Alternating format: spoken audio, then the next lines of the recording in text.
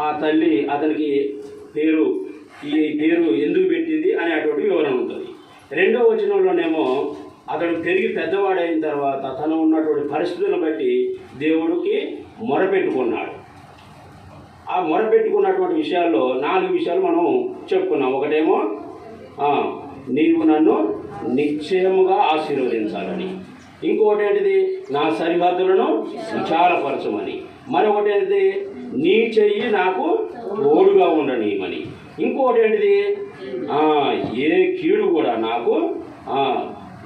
నాకు కీడు రాకుండా దానిలో నుండి నన్ను తప్పించు.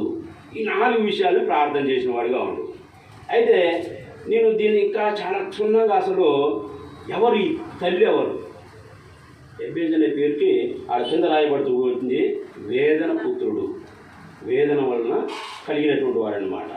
ఆ తల్లి ఎంతో ప్రసవ వేదన పడుతూ ఆ వేదన భరించలేక ఉన్నటువంటి సమయంలో ఈ కుమారుడు పుట్టినాడు. ఆ వేదన బట్టి దాని జ్ఞాపకార్థంగా కుమారుడికి వేదన అనే ఎబ్బేజ్ అనగా వేదన ఆ పేరుని నామకరణం చేసింది.